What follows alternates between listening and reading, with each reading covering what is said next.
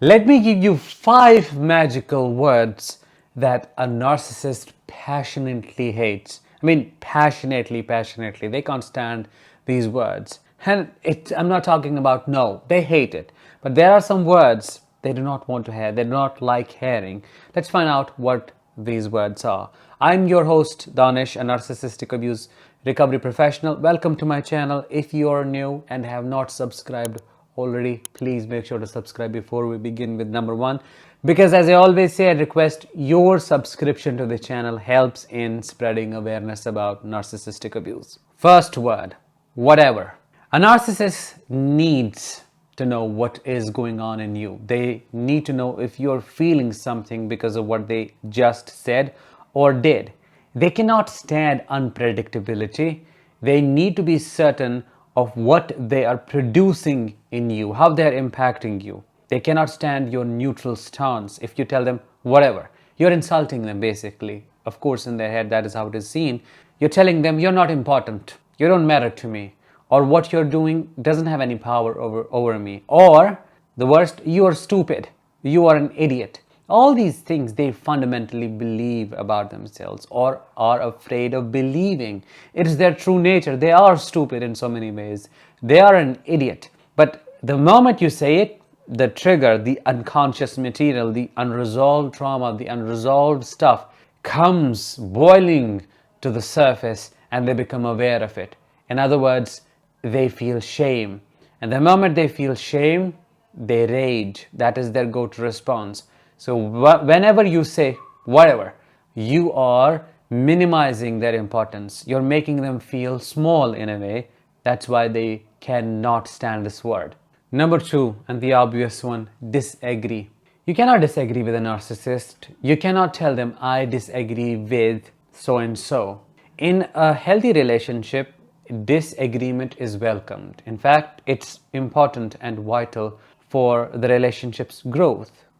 Two people cannot be identical. Their thoughts cannot be the same. There has to be diversity. There has to be variation. There has to be difference, because that is how we grow. That is how we know there is something different out of our bubble. That's how we expand. But to a narcissist, that is a threat. Your disagreement is the ultimate disagreement with their grandiosity or their entitlement.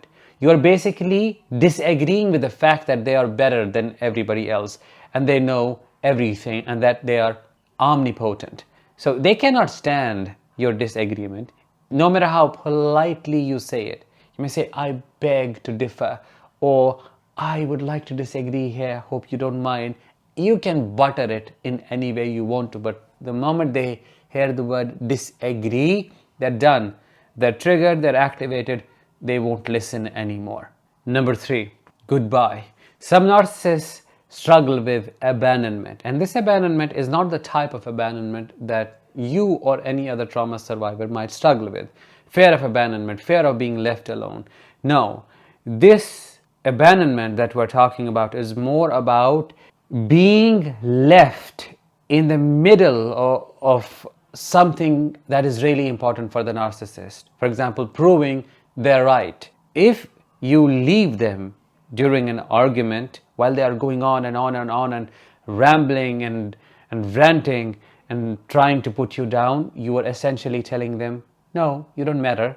I am not ready to listen. You're not that important. So I drop you like that. Oh my God, that is a really big threat, a big trigger to the narcissist. They will lose it. They might break things, they might start yelling even more, they might follow you from one room to the other until they make you listen to that entire thing, and then they get to abandon you.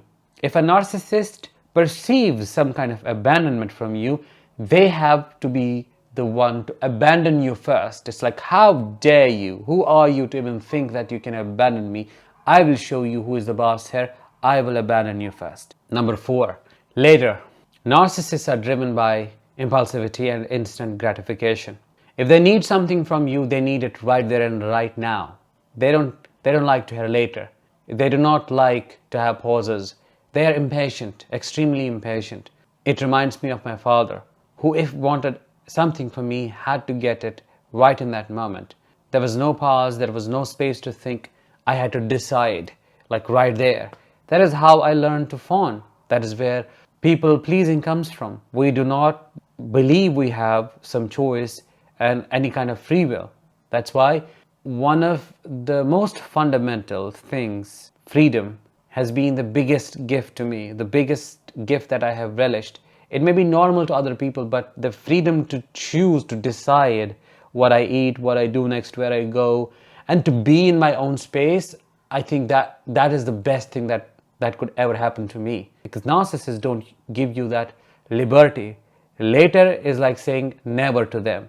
Like, no, I won't do that. So there is no space.